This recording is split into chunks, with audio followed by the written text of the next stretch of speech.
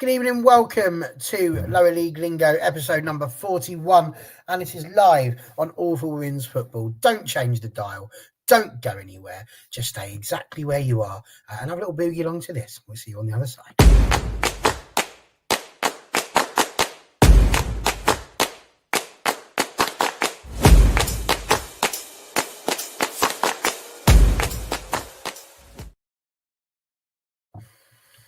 I'm sorry for those of you that have tuned in, hoping that you were going to get a chance to see a close-up of John Foster again. There it is. Good lad. Don't let the people down. Excellent stuff. Welcome. Lovely to have you. We are here for our Tier 3, Tier 4 chit-chat, as we like to have. We missed it for a couple of weeks with the FA Cup and Tier 5, but we are back with our usual rundown of the 6 leagues in the WNL. We're going to have a little peek as well at the draw for the WNL Cup and Plate, and basically sort of see if there's anything that stands out for us there. There's a couple of interesting points that I've got to make, that's for sure. So very much looking forward to that. But before we do, let's just have a quick check-in with the gang. John, are you okay? Yeah, I'm okay, thank you. And Barry, you always make interesting points every week. We try. That's literally the name of the game. That's what we're hoping to do. Otherwise, why would anybody watch? It wouldn't be worth it. Gaza, I know you're a bit tired as well, but other than that, how are you?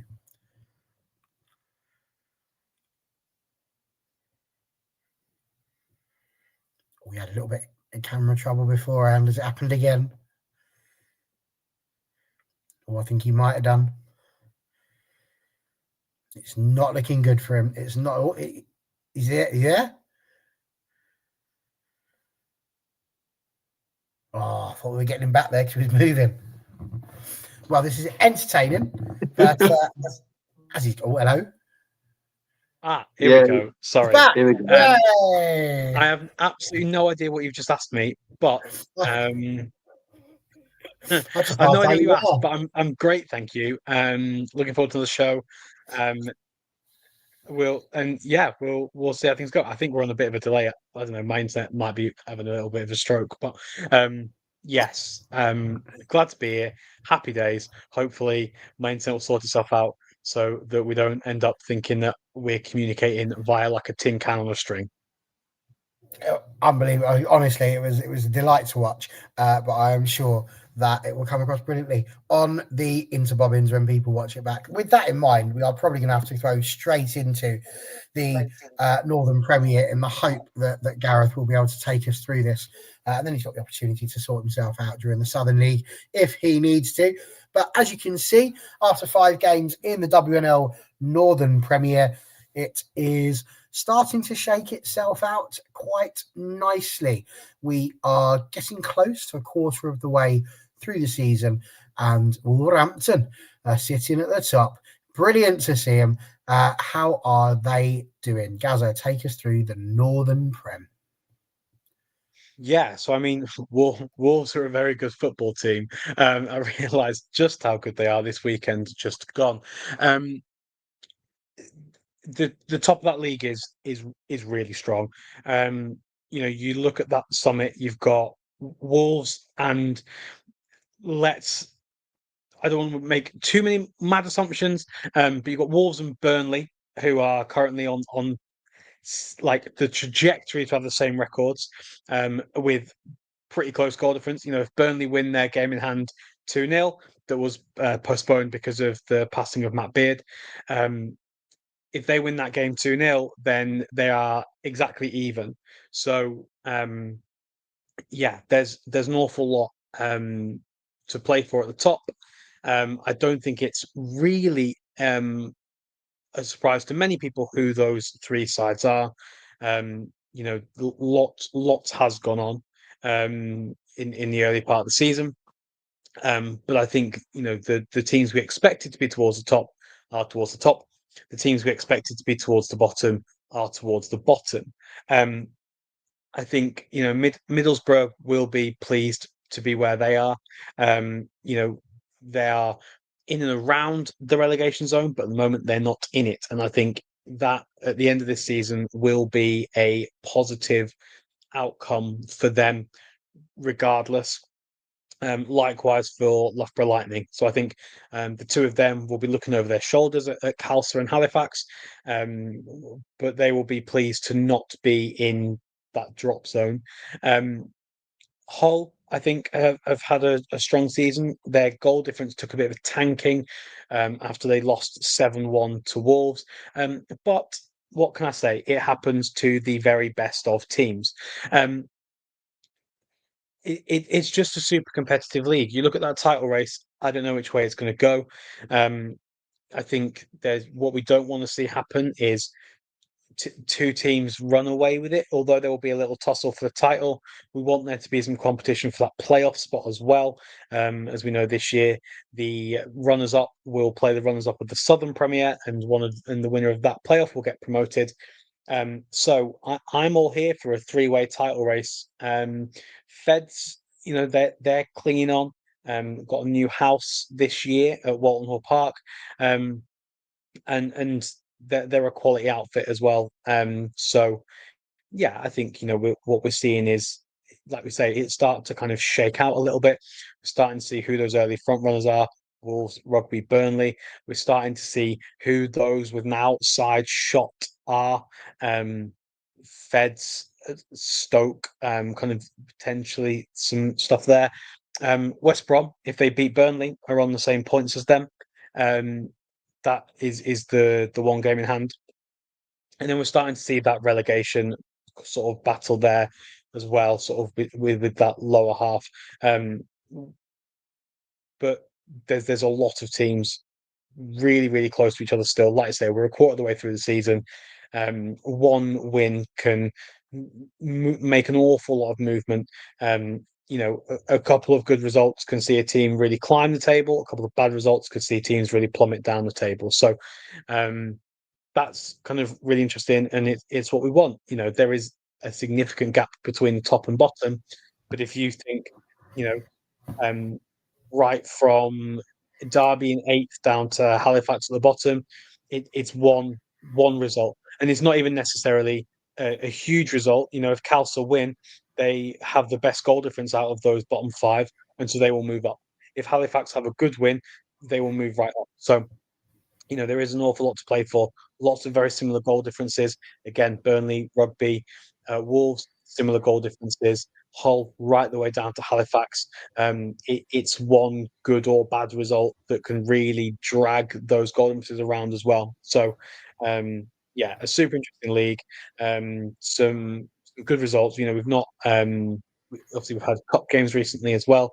So there's kind of been a mixed bag in terms of things to discuss.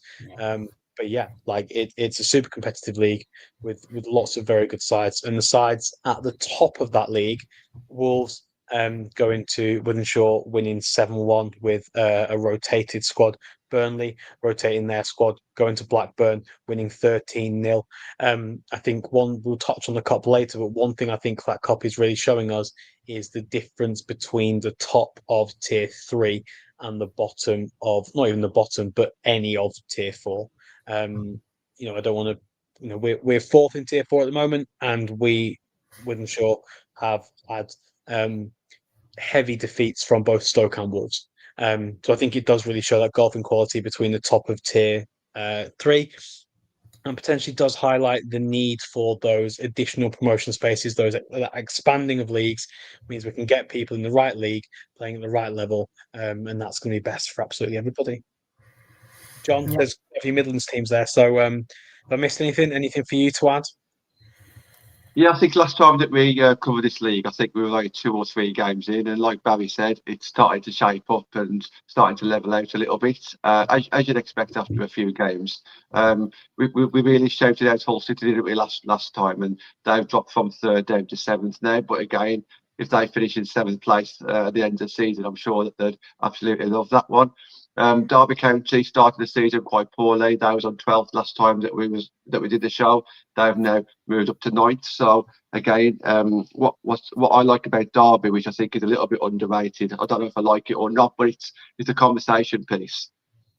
They're not like they're not like a small club. So if ever they need to get themselves out of trouble, you'd like to think that they can do that in one way or another.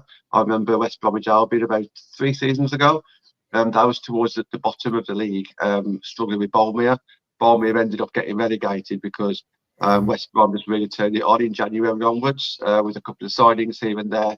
And I always feel that even though Derby didn't have a great season last season and they didn't have a fantastic summer, and they've lost Kieran Wright to Peterborough after 100 appearances, I still feel that Derby's always got it in the bag that they can pull something out. So yeah, nice to see that they've jumped back up now to ninth, and Kelso and Halifax dropping into the relegation area as well. Liverpool fence the biggest movers, so they've gone from 11th to 4th in the last 2 or 3 weeks, which is great for them, isn't it? I mentioned Kelso. I think sometimes we do forget how far Sporting Kelso have come. Just literally 18 months ago, they could have easily finished 3rd in Tier 4. It was such a competitive league that year. They ended up winning Tier 4 and done really well last year. And even this year, even though they're 11th, they only lost 2-1 to Burnley. They only lost 1-0 to Derby County. So even though you're looking at the league and you're thinking, oh, Sporting Kelso are in the relegation area, yes, they are. But 5 games in, they're only on a -3 goal average, goal difference. So for me, that is still really incredible for a smaller kind of club. So just a few points there, I just thought. And, I always like to throw out a few stats here and there. So just a few regarding leading goal scorers so far. So in all competitions, Hope Knight of Hull City has scored 8 goals in 7 appearances. Player of the match, opposition player of the match, Maddie Crosby of Halifax has got 3, alongside Shannon Stamps of Stoke, Ellie Fletcher of Liverpool Fence, Maxwell of Middlesbrough, and Georgia Stevens of Derby. And just to shout out Burnley, they've currently scored 32 goals in all competitions and only conceded a 1 goal all season, which is absolutely fantastic for them. So yeah, lots of few things there to get into, but it's really it's hotted up now. Just a quick sort of one-word answer for you both. We saw last season Wolves and Nottingham Forest really pushing hard for the win. Do we all sort of assume or reckon that it's going to be Wolves' to lose this season?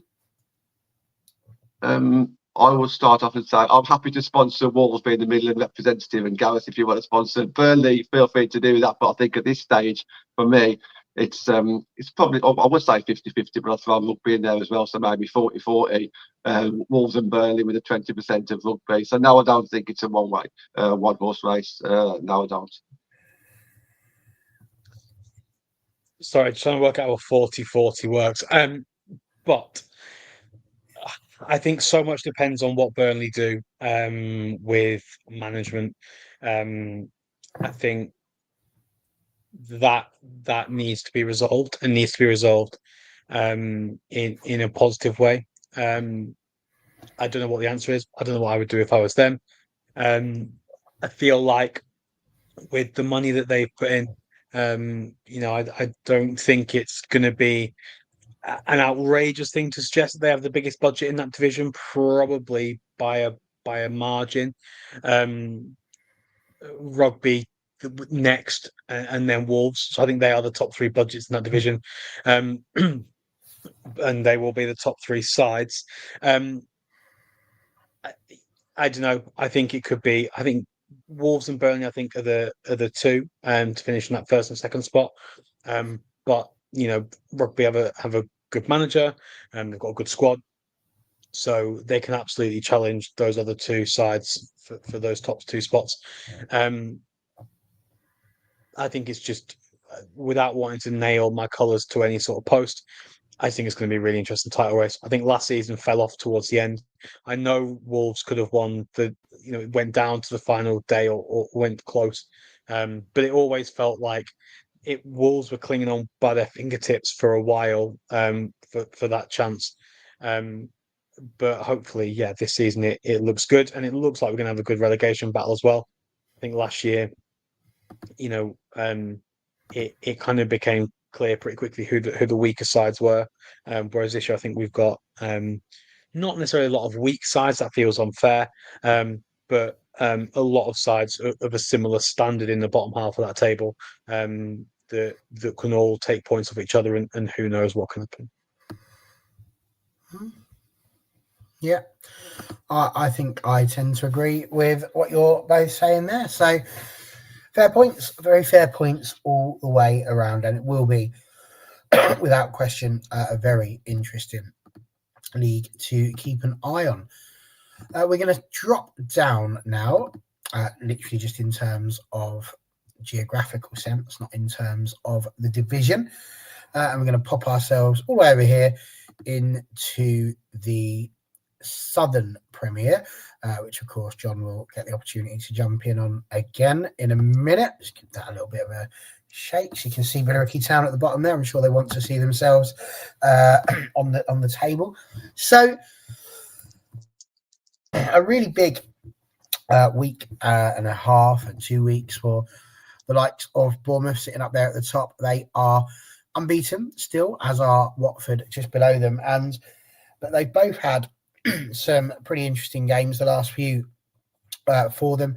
Bournemouth winning 2-0 against Cheltenham and 3-0 against Gwalia, while Watford fought a bit of a close game in a 4-3 thriller, just coming out on the right side of Cheltenham again. Watford beating Billericay 5-0, and the scary thing about that is that for Billericay, that's their best league result so far, and that is, to me and my mind, just a little bit scary. Then that explains that negative 34 goal difference for them at the bottom. They just about got that reprieve last season. I'm not convinced that are going to survive it again this year. I think this year might be the year we see Billericay come back down to the Division 1 South East. But meanwhile as well, Plymouth just below the top two there, a draw with AFC Wimbledon, which, when you look at what the table looks like at the moment, with Wimbledon just below the dotted line, is a better result for Wimbledon than it is for Plymouth. But a good 4-0 win against Lewis has helped to keep them in and around the conversation. Royal Bedford, of course, the side that just came up from the Division 1 South East, and of course the closest thing, I suppose, that you would get to the likes of a Burnley in terms of potential budgets and money going into it, are doing incredibly well. They were not looking too good at the last point of asking, but 2 wins since we last looked at the league. A 4-1 win against Oxford United and a 6-0 win over Billericay. So big results for them, gives them the opportunity to again put themselves in and around the top 2 conversation. You've also got Wimbledon, as we mentioned, with that draw, sitting near the bottom. They lost another game as well to Gwalia, so it's not looking brilliant, as I say, for them. And as far as Billericay go, they've had some pretty awful results. They've conceded 42 goals over the last 8 games that they've played, including the WNL Cup. They've only scored 2, and that really, I think, highlights the big problems they've got. A very leaky defence and not a huge amount in attack. The 2 goals they have scored against Sudbury, who are a league below them, and Gwalia United, who seem to not concede huge amounts of goals, but are quite happy to let people score against them. So there we go. That is where they stand. Hashtag just above the dotted line. They've managed 1 win, and that is what has kept them out of the relegation zone as we speak. And that was a win against Lewis, where they won 1-0. They have managed to be undefeated in all of their WNL Cup games, which again we'll look at a bit later, but a 6-1 win over Crystal Palace Academy, a 1-0 win over Dulwich, and a draw against London Bees. The fun fact for them is that in the next round of the WNL Cup, they will be facing the only team that they've beaten so far in the league this season, Lewis. So it'll be very interesting to see how that one pans out. A la John Foster, I also have a couple of stats for you in terms of your top scorers. Sophie Quirk has scored 10 in 8, along with, oh God, I really wish I had written that somewhere a bit better. Jenna Markham, that's the one, 8 in 8. The problem is it's not the writing, it's just I used a different pen on the other side and it's really come through, so I'm struggling to see the black on black in that one.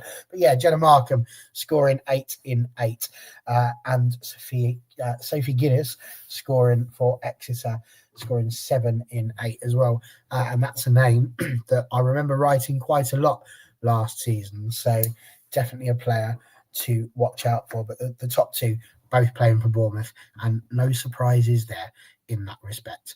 John, anything that you would throw in from the Midlandy type teams in here? Well, I do want to actually shout out just how well Bournemouth have done in the last 3 seasons. You know, like what was it, 2 seasons ago? They just about narrowly missed out on promotion. Last season, they pretty much romped it, didn't they? With I think they went undefeated, didn't they, throughout the whole season? And there they are right now, top of the league again. So to be able to maintain that level of stature is really, really good. Exeter as well, levelling out at a real good level there in Tier 3.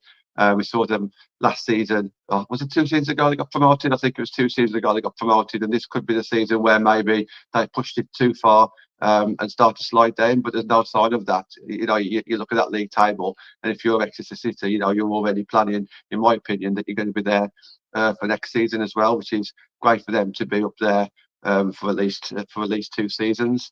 And then obviously, you know that I'm close to Cheltenham, not as much this season. However, to gain 6 points already, coming top of their county cup league with 3 wins out of 3. They've started their season pretty much as I would expect, but that's not a good thing. Sorry, that's not a bad thing or a good thing. It's just nice to be able to get 2 wins out of 5 in the league, because that's pretty much their level, and to do well in the cup like they did last season. So the pressure's on because they had a good season last season, but let's see how they follow it up this season. I was just going to say, John, when we're talking about Midlands teams here, there's not really many of them. I mean, how many of them would you claim? Would Gwalia count as being one for you? Cheltenham Town, I guess, would be.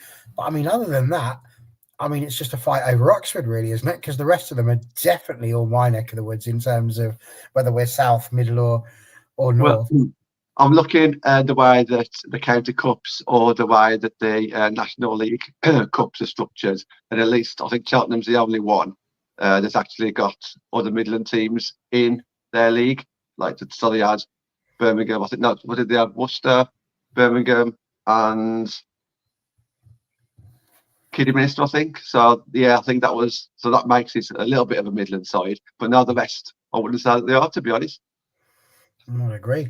Gazza, you had a little bit of news that I haven't managed to see yet. What have you got to tell us? Not a lot, because he's frozen again. Seems to be the answer to that. Oh dear, one sec. He's having a tough week. Is he there again? He's back again. So, did you ask me something? Sorry. I did. You said I said that you'd found some news that I hadn't noticed, and I wondered if you wanted to share it with the room. Yes. Firstly, there's no way John can claim Pontypridd in South Wales as the Midlands. He cannot have Gwalia United as one of his. Absolutely not. That's where I draw the line. But technically, however, speaking of Gwalia United, we know where I draw the lines, and it's to put Norwich in the Midlands, not the South. Manager James Thomas has left Gwalia United already. He took over as interim manager in January, got given the permanent job 4 months ago in June, and he's gone.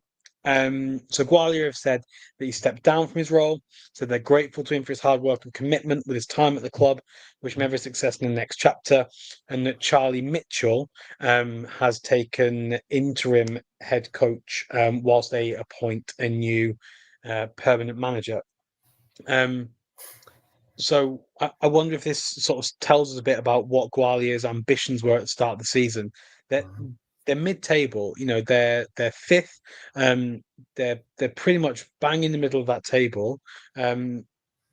This indicates to me that something has happened there. Either they wanted to push higher. You know, it said that he stepped down, not that he was let go. But yeah, I think it definitely sort of tells us something about Gwalia United as well. So yeah, interesting to see what happens with that. Is there going to be a new manager bounce? Are they going to kick on, or Are they going to kind of see a little slide and kind of stumble down the league? John's smiling like he's got something to add to this. It looks like he's about to sneeze. But yeah, I'm just interested to see what happens. I'm always interested to see when managers go. October feels early. Funny enough, two managers have gone today. Bolton Wanderers Tier 5 have also made a change today as well. So I'm sure we'll touch on that next week or the week after. But yeah, it's just interesting when teams make the change mid-season. It's not something that we see all too often in women's football, particularly at this level. Changes generally tend to happen at the end of the season. So yeah, I'm definitely interested to see what happens to Gualia now. The first sort of with the exception of Matt Beard, but the other change that's taken place in the National League this season. So yeah, interesting to see what happens to them, and obviously the same with Burnley as well. Yeah, no, I completely agree. And yes, definitely does point out about the ambition to decide. And actually, that's good to see that there's some women teams out there with big ambition. We're going to stick with Gaza because number one, his Wi-Fi is currently working, and two, we're back to the north again. And this is, of course, the Division 1 North. So we are dropping down to Tier 4 now to have a quick look at how they're getting on. And it's my favourite team in the north. I'm not even going to lie about it because I just love that name. Cheadle Town Stingers sitting right at the top of the Division 1 North and doing incredibly well. And I'm ever so sorry that's going to upset you because I know that the team in fourth is your favourite team in this league, Gaza. But what can I say? If you called yourself, I don't know, the Withenshaw Wasps or something, maybe it would have been a little bit more of a battle between the two. But anyway, ignore my rambling. Talk to me about Division 1 North. Yeah, Dylan won Manager of the Month today for August. So that's good. We've got the August Manager of the Month on the 1st of October. That's great. But yeah, fair play to Dylan and all the girls at Cheadle. They're doing a fantastic job. They're a side that's really difficult to beat. They don't score loads of goals. Look at that goal difference, +9 with 5 wins, no defeats. So they don't score a ton of goals, but they're really hard to beat. They're tricky to beat. They're tough to break down. They're difficult to score goals against, and they will score goals against you. So yeah, they're a fantastic side. They've had, fantastic results. Across the board from the games that they've played. They've progressed through into the next round of the WNL plate, I believe they're in. Some of that is because, I'm confident they would have got through that group anyway, but obviously they were in a group with Liverpool Feds, Liverpool PGA, Stockport County. So that's a tough group. It's a competitive group. Liverpool, the side, finishing. I think did they finish third, fourth? I can't remember. Liverpool are out. But Liverpool failed to fulfil the fixture against Cheadle. So Cheadle were given 3 points. So would they have got through had they played that fixture? I suspect so, because it looks like Liverpool wouldn't have even had a team there. So you imagine if they'd played that evening, they'd have won. But yeah, they're just a great side, really strong side, and yeah, it's good for South Manchester. I personally prefer it if another side from South Manchester was at the top of the tree. But hey, beggars can't be choosers. We have got to play them this month on a Wednesday night, so I won't be available for the show because I will be, I can't remember if we're home or away, but I will be in South Manchester. The rest of it is it's a competitive league. We've had this discussion again. You look at the rest of it: Huddersfield, Stockport, Withenshaw, all within 2 points of each other. So one positive result and that playoff spot can change. Huddersfield, Stockport within 3 points of Cheadle at the top. So there's lots to play for. Leeds and Chorley are within touching distance. Again, a good result, and they can move up into that playoff discussion as well. And then you look at the bottom of that table, and Durham, Chester Street, York, Norton, Stockton, Donny Bells are all one win away from clawing themselves out of the relegation zone, sliding back into the relegation zone. So we're looking at a really competitive league. Blackburn having a tough time, for everything good's going on at Cheadle. The exact opposite is happening at Blackburn. They had, I think I mentioned it earlier on, a rough weekend last weekend against Burnley in the Cup. It did sort of, when I was looking through, thinking, oh, Wolves are a fantastic side. They're just ruthless, even kind of rotated. Burnley also absolutely ruthless, kept going, kept scoring goals all the way through to the end. And that's just the way that the cookie crumbles, really. That's the quality that they have. That's the money that they have to invest in the squad. I think, sort of tell myself at times, we were playing a full-time professional outfit. And Blackburn similar. So, it's really competitive, a really strong competition, a really strong league. I think looking ahead, obviously it's the FA Cup this weekend, so all of these teams will be in FA Cup action. But most recent league action would have seen, my internet is being really slow and not loading the leagues, but Wythenshawe played Durham Sestria and came away with 3 points. That was a closely contested game. It's now loaded. Chester Street, Cheadle travelled to Chester Street and won that game 2-0. Chorley and York drew with each other, which I think is a fantastic result for York City. Given that I think they were in the relegation zone at the start of the weekend, so that was a point that dragged them out of it. Stockport absolutely put Doncaster Rovers Bells to the sword, beating them 6-1. I'm going to come back to Stockport very soon, actually. And Huddersfield travelled up to Norton and Stockton, a side that also have been tricky to beat, tricky to break down, and they beat them 5-0. So, there are lots of teams scoring lots of goals in both divisions, which means that that goal difference there, plus 16, plus 13, minus 1. I think from Wythenshawe we need to score some goals. But I think those teams that are getting points on the board will be happy to be getting points on the board at this early stage. Like you say, we're about a quarter of the way through. In about 10 days' time, we will be over a quarter of the way through, and teams are just going to be happy to be there or thereabouts. It is a marathon, not a sprint.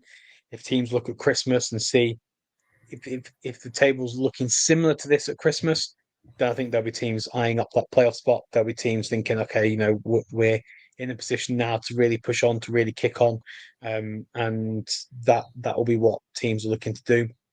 I do just want to shout out Stockport, who played against Liverpool PGA at Edgeley Park at the weekend, and the attendance was around 1,600.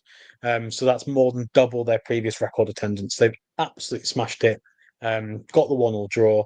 And yeah, just a really, really positive result for them in terms of the attendance. And it's great to see. And hopefully we get some more big attendances this year. That is now 2 clubs that I know of, minimum, Stockport and Wythenshawe, who have both set their club record attendances in that competition this season. So, I still am generally opposed to the PGA clubs in that competition. But that's a conversation for another day. But I think you can look at that and you can say that these are big names of big clubs coming to that will help get people through the door. Playing at Edgeley Park will help. Would they have got 1,600 at Stockport Sports Ground? I don't know. I doubt it. But I think that it does show that those PGA sides can get players through the door, can get fans through the door. Would I rather us have 450 fans when we play Cheadle? Yeah, absolutely. got you put the Cheadle Town Stingers badge on things, or the even the Doncaster Rovers Bells, with all the history that they've got in the women's game. Is that logo going to get you the same as Manchester United or Liverpool? No, it's not. So I think there are still more negatives than positives to the PGA clubs, but there definitely are some positives. But I still haven't changed my stance on that, just before anyone accuses me of being a sellout. No, why would he? Why would he say such a thing? But very interesting to hear points about Blackburn Rovers as well in that game against Burnley, because, of course, last season Blackburn may well have given them much more of a battle when that game took place. But obviously, with everything that has gone on, it's no longer as simple as that. So, yeah, bit of a shame for any Blackburn fans that are out there at the moment. But that's, as you have said, is the way the cookie crumbles at the moment. We just have to take that one on the chin and move on. We're just going to take a quick look before John jumps in at the Southwest. You've noticed Stu is elsewhere today. So we're just going to quickly run down the division that you can see there. There's not a huge amount to tell you. Portishead are bottom still of that table and not looking like escaping anytime soon. Worthing doing a little bit better, but again, as Gareth would say, there is just the one wins difference all the way from 11th up to 7th. So Maidenhead, Keynsham, Marine Academy, Plymouth and Abingdon all very much within that conversation as well. A little bit of a tricky one in the middle there for Ascot United and Bournemouth Sports. They're stuck. Not quite sure whether they're going to try and trouble the top of the table, whether they trouble the bottom of the table, or if indeed they're just going to be sat comfortably middling throughout. Bridgewater, you can probably add to that as well. The top three teams, Swindon, Muddyfields and Bristol Rovers, they are the three teams that you would imagine will be duking it out to see if they can join AFC Bournemouth in the Southern Premier next season. And of course, I think it's going to be incredibly interesting to see how they get on. Muddyfields only 2 points away, as are Bristol Rovers, but that 100% record from Swindon Town is keeping them right at the top. So it'll be very interesting to see what young Stuart thinks when we get him back on the show, especially with him working at Muddyfield. So yes, that will be incredibly interesting. But we are going to throw back over to John, who is, of course, going to take us through the Division 1 Midlands. And Division 1 Midlands, a very interesting one indeed, John. You've got Peterborough and Boldmere sitting up at the top. Peterborough were still top when we last looked at this division. So what can you tell us, John, about the Division 1 Midlands? How's that shaking out? Yeah, so I think it's been 3 weeks since we covered this league, and yes, it's three because it's become two now, because it was Leafield up there with them on the 100% record. However, Leafield have lost since then, losing 2-0 to Barnsley, which has allowed Barnsley women now to actually go above them in the league. So Peterborough and Bournemouth 100% record, 5 wins out of 5, which is fantastic for them. And you look at the goal average there. Peterborough is actually, smashing it all down with a +21, whereas maybe your Bournemouth and Leafields are, I wouldn't say struggling for scoring goals, but they're winning a bit more acutely, I guess. Whereas Posh and Barnsley, they're scoring for fun. And I think I might have mentioned it on the last show. I'm not too sure, but I have said this a few times around the place, where even the Barnsley's game that they've lost, they still scored 4 in that game that they lost. So Barnsley are scoring really well. So yeah, it's looking like 2 teams on a 100% record now that Leafields have lost their first game. Amy Driscoll-King, worth mentioning, has got 100 appearances now for Peterborough, and she scored a couple of Sundays ago as well against Sheffield FC women. Speaking about Sheffield FC women, 5th, not bad for a newly promoted side. It's something that we don't got history, but they do go about their business quietly. You look at some of the bigger name clubs in that league, and Sheffield are up there. Okay, I don't think they're going to break into the top 4, But to have 7 points already on the board as a newly promoted team, I think is a success story so far. Balmere won 7 out of 8. That's including the league and cup as well. And the only game that lost points on, I believe, was Aston Villa in the League Cup, Aston Villa Academy. So again, Balmere are absolutely flying.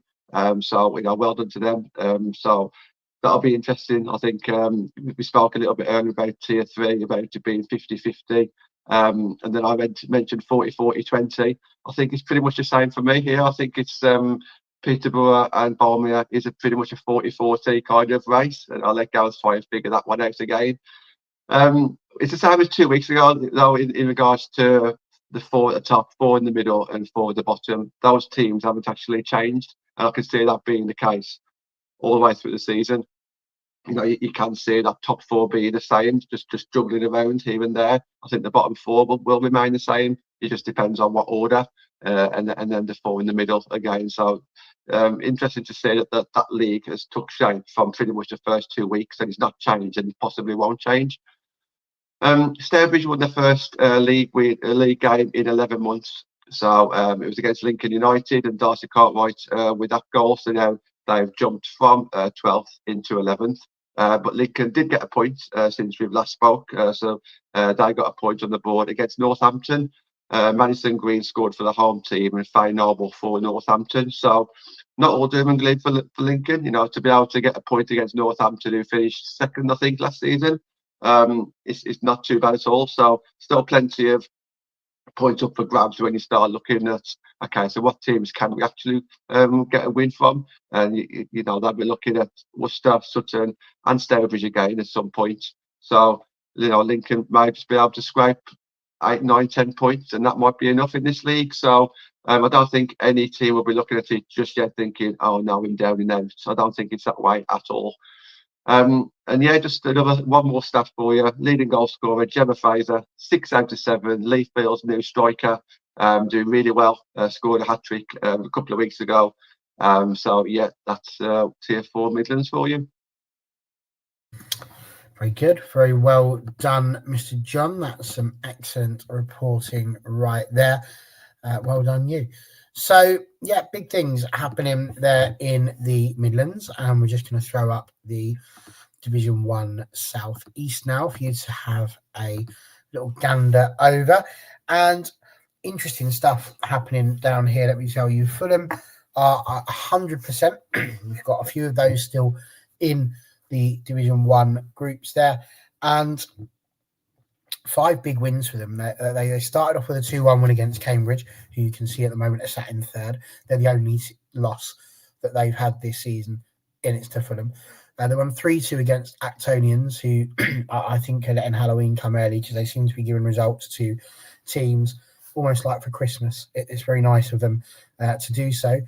Even though they're sat in the middle there, they are really struggling with some of those results. Then they won 4-2 against Norwich, where again, you'll notice they're the only side to beat Norwich so far this season in those 5 games.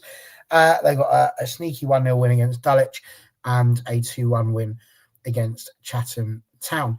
And it's very interesting, I think, to see how Fulham have come up from the London and South East, where it's hard to say they dominated because they were very good, but there were other teams such as Dartford who were pushing them. But they've stepped up into this division, and it's taken to it like ducks to water. They really have so far, and that's, to me, is a really interesting thing to see, because you look at the likes of Norwich and Cambridge United, and they're regulars in this division. They are teams that are seasoned pros at this level, and you would expect, like I say, them to have maybe felt like it could be their year, but Fulham have popped in and caused problems. An interesting one for you, we were just talking about the Midlands, and I'm going to throw out a name that John might remember, Jade Bell, who used to play for Northampton Town. He should know her because he shouted her out a few times. 36 goals in 25 appearances she managed to get last season for Northampton, but she's moved from Northampton, which might explain part of the reason why Northampton are a bit lower down than maybe would have expected. She's moved to Cambridge United, and she's currently the top goal scorer in the division with 7 goals in 8 games.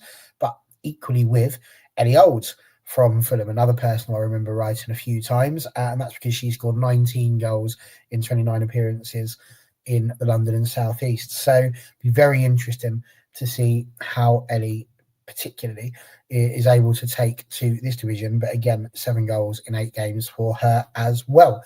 There is a lovely little bit there for Queen's Park Rangers as well. Grace Stanley, she managed 14 in 28 last season. She's currently halfway there already. She's got 7 in 7. So certainly looking like Grace Stanley might be able to go a little bit better this season than last. And of course, London Bees complete that top 5. Looking at the bottom, it's quite sad for these teams. Sudbury have lost at the moment in the last 2 games to Actonians and Cambridge United, but Chesham have drawn with AFC Sudbury, and that was how they both got the point that they currently possess. Chesham have also lost to Cambridge United and QPR. It's not looking brilliant for them down at the bottom, but they are still within reach of Milton Keynes Dons, who got a 1-0 win to Actonians, which is what I'm talking about with them sort of dishing these results out to teams and allowing them to get their victories. They also had a loss to Luton, but MK Dons, who had an awful season last season in the Southern Premier, are doing slightly better, which is nice to see in this division, and hopefully they will begin to settle and give them the opportunity to do well. I suppose the last thing really that I wanted to throw out about this one was going back to Fulham, where they scored loads of goals last season, and 2 of their top goal scorers, Sophie Manzi and Georgia Heisman, scoring 17 and 15 respectively, both left the club. They're not with them anymore. But Madison Parsonson's she scored 17 last season. She's currently just got the 1 goal, I think, from about 7 appearances at the moment. So she may be struggling a little bit with the jump up and maybe need a little bit of a kickstart. But like I say, Ellie Olds certainly carrying a lot of the weight there. So some good stuff happening down here. I think very interesting. The top 4 look like being the size that could push, with QPR potentially sitting there as outside bets as well. Again, with Norwich, Cambridge and QPR, you're looking at 3 teams that have been in this division for donkey's years and will be looking desperately to try and get out of it. Sort of reminds me a little bit of like some of these mazes you see in the films where they're sort of running around and then they just end up back in the same place, and like, how is this happening? I think that's kind of the world for the likes of Norwich, Cambridge and QPR. And of course, London Bees will not be delighted about staying around this division either. But Fulham, for me and my money, they are looking really, really good. And if they maintain this head of steam that they've got, I'll be very, very impressed. I don't think they're going to get caught if they can continue at the level they are at. So yeah, be very interesting to see how they get on. So that is a WNL roundup in terms of the league. But of course, there are 2 other things that are happening, and that is the WNL Cup and the WNL Plate. The group stages finished at the weekend, and as you've heard already, there were some stonking results and some shocking results. We're not going to go through all of what happened because there's a ridiculous number of games, but the draws have now happened, and the draw for the WNL Cup is, again, quite intriguing. And I can just get to here. There we go. We just make that. Oh my word, that was exciting. So this is the WNL Cup, and there are 16 matches to be played in the WNL Cup alongside 16 matches to be played in the WNL Plate. I'll quickly run through them, and then I'll just ask the lads if there's anything that really sticks out for them. But you've got Sudbury against Boldmere, Middlesbrough against Rugby Borough, Hull City against Leeds United, Sporting Cowser against Wolves, Real Bedford will face Derby County, Burnley against Norton and Stockton Ancients, West Brom against Stoke City, Leafield Athletic against Liverpool Feds, #United against Lewis, Cheltenham against Southampton Academy, Swindon Town against Actonians, Oxford United against Chelsea Academy, Watford against Plymouth Argyle, Dulwich Hamlet against Chatham, QPR against AFC Bournemouth, and Exeter City against Fulham. That could be quite some game. For you two, Anything that jumps out at you there? Yeah, it's the Exeter Fulham game. I think that's the pick of the ties for this round. I think both sides would have been disappointed with that draw. We said it about the FA Cup, didn't we, with Moneyfields? I think Fulham and Exeter will both be disappointed with that.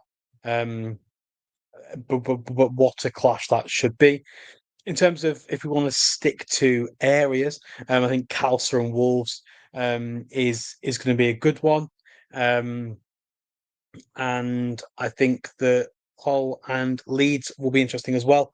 If Leeds have real serious promotion hopes for this season, then a side like Hull City is a really good opportunity to test themselves against the sort of sides they would be playing next season if they were to be promoted. That being said, they are 7 points behind the leaders after 5 games, so there is a swing they would need to make.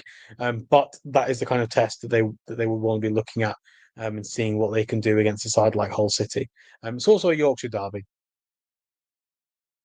You're not wrong, John. Anything that's jumping up there for you? I should imagine Sporting Calcer is high up on your list.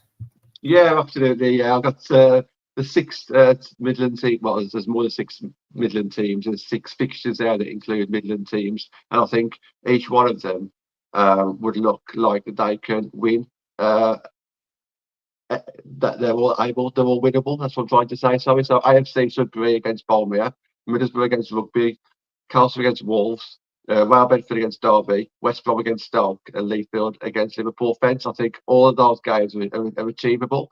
Okay, Castle and Wolves would probably be a bit of a surprise. However, especially John, those sorry to interrupt. Especially John, those fixtures where it's a Midland side against a Midland sides, them ones are definitely winnable. Mm-hmm. West Brom and Stoke, that's just a repeat of about 2 or 3 weeks ago at the Alexander Stadium. So that's absolutely, that for me is probably the closest game out of all of them. And then you've got Leafield, who are chasing top of Tier 4, and Liverpool Feds, who are doing a fantastic job in Tier 3. If Leafield have aspirations to get promoted, they'll be looking at this game to really kind of put themselves on the map. And Bolmere are just going from strength to strength currently. So it's great to see that there will be a few Midland teams that will progress after the 19th of October. And yeah, I can't wait for some of those ties. Absolutely. No, I think you're right. I think there'll be some very, very interesting ones. I mean, one that's certainly sticking out for me that we may not really have spoken too much about there is the QPR Bournemouth game.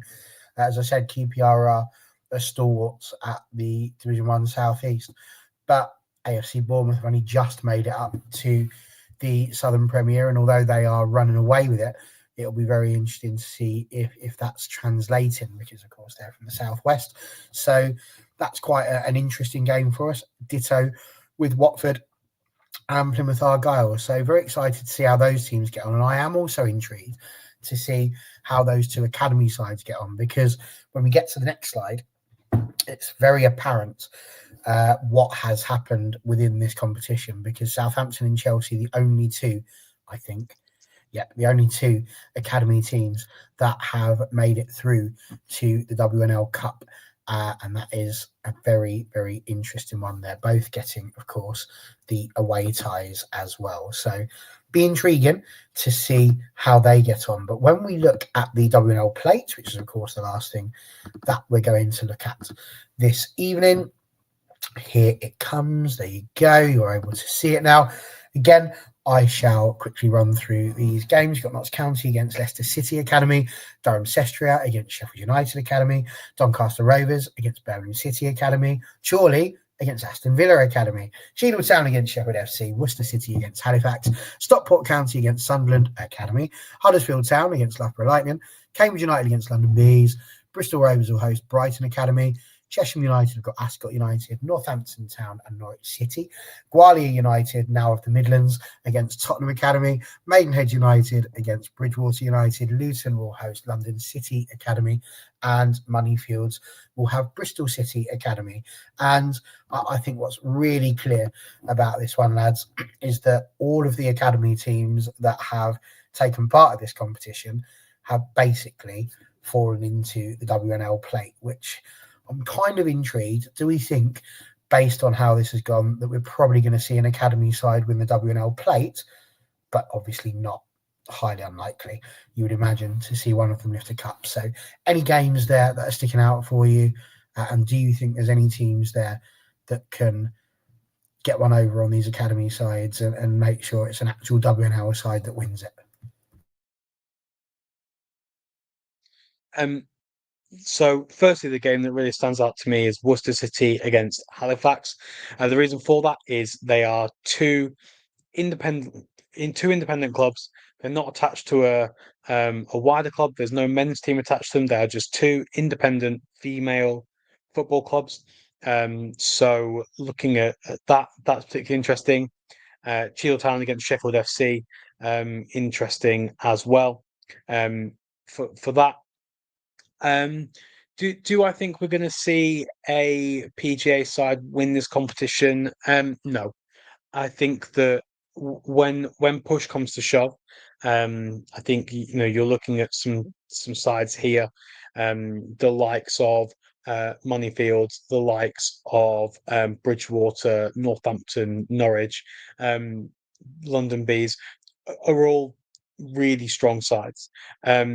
Halifax, who knows what can happen in knockout football? Anything can happen. So, I'm hopeful. I think that we're going to see some really good sides.